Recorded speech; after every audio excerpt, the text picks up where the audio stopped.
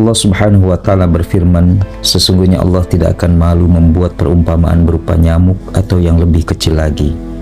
Di dalam tafsirnya, Ibnu Katsir mengemukakan penjelasan yang sangat menarik, bahwa nyamuk itu hidup ketika lapar dan menjadi mati ketika kenyang. Ar-Rabi' bin Anas mengatakan, demikian itu adalah perumpamaan bagi mereka, orang-orang kafir, munafik dan fasik. Mereka hidup hanya memburu dunia. Maka ketika mereka bergelimang dengan dunia, tiba-tiba Allah membinasakan mereka.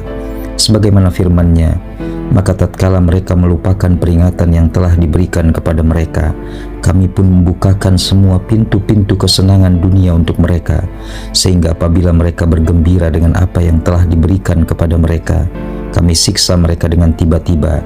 Jadilah ketika itu mereka terdiam tak berkutik lagi.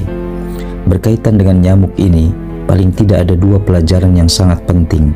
Pertama, kita tak boleh terpesona dengan harta benda yang melimpah ruah dan peradaban materi yang menjulang tinggi yang dimiliki dan dibangun oleh orang-orang yang tak beriman. Tingginya peradaban fisik dan hebatnya kekuatan ekonomi belum tentu sebagai lambang kesuksesan atau kejayaan suatu bangsa.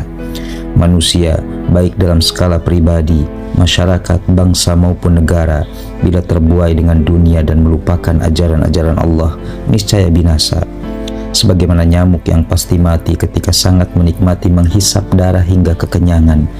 Itulah, hanya karena capaian materi dan ekonomi yang sangat besar, tak boleh membuat kita takjub kepada mereka.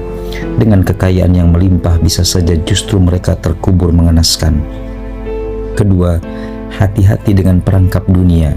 Yang terperangkap dengan dunia dengan segala bentuknya bukan hanya orang-orang kafir, tapi bisa juga kita orang yang beriman, bahkan bisa para aktivis dakwah.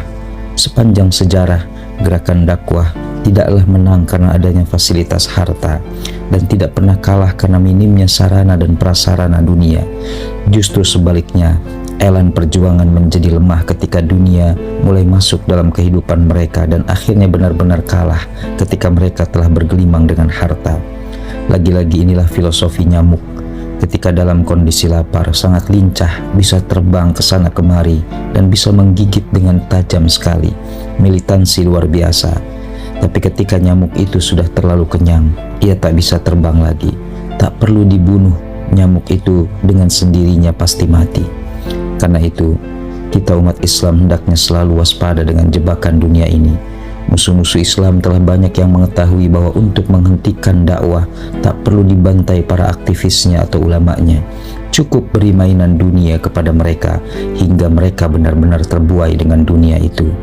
Bila sudah hanyut dengan dunia, aktivitas dakwah niscaya kehilangan militansinya, bahkan tak akan berdakwah lagi.